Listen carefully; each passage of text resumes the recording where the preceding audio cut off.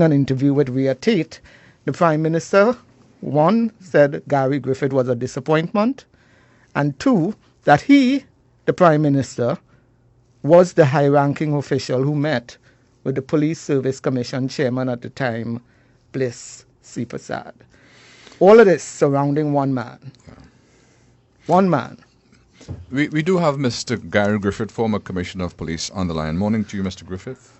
Hi, good morning, gentlemen. Good morning to your many listeners. Good morning to you. You have been, well, I know we have questions we want to fire, but you have been described as a disappointment by the Prime Minister. A disappointment, all sort of things. What he didn't say, he forgot. I don't operate on a knee-jerk response. I operate based on what is good for my country. I make decisions based on how my family will guide me, and my God, I pray a lot. And I do know that this country has never seen an incompetent government as they have seen at this time. The PNM is a very great party. They are good persons. I have no intention, gentlemen, if and when I get back into politics, to operate as I have seen of these two political parties. They spend 95% of their time destroying, discrediting each other.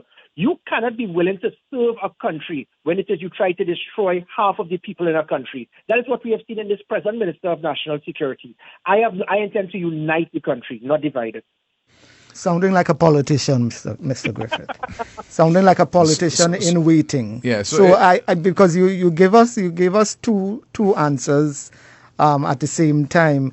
One, you said earlier that he's going to see politics now, and that you may be even thinking about going after the seat of the Prime Minister in his constituency, which is Diego Martin West.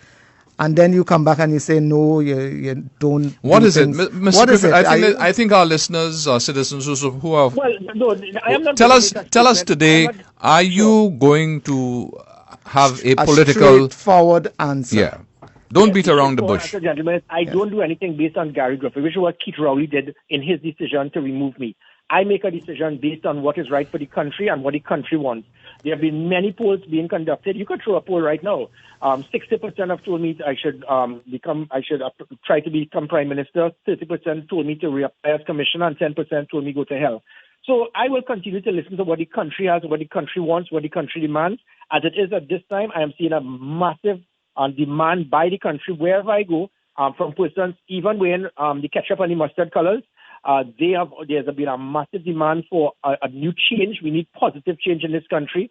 And I think the country, they are fed up of the ketchup and mustard. I think what the country needs now is positive change and dynamic leadership.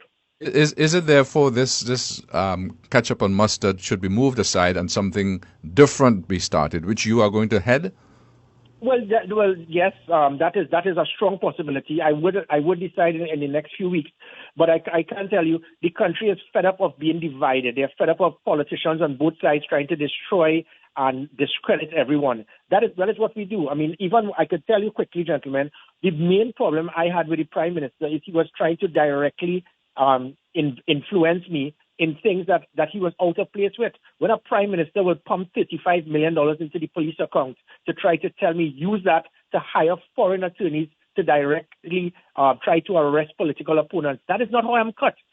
If he thought that by bringing Gary Griffith as Commissioner, I would be using that with some degree of malice to go after political opponents. I don't do that. All I see is right and wrong. I don't see red or yellow, and that is what I was totally against. A Prime Minister trying to tell me appoint persons foreign to come and deal with DSS matters. You don't do those things. You don't try to tell a commissioner of police, you should suspend this senior officer, you should remove this senior civilian staff member. He was directly trying to influence and be involved in direct operations of a police service. And that, gentlemen, is what you call democracy through dictatorship. But may I ask, all of these stunning statements you're making, Mr. Griffith, is it that you met with the Prime Minister, or he called you up, or you called him, and these things were said to you? How do we verify that what you're saying? Because people are going to doubt what you say, understandably so. Well, how can we, the citizens...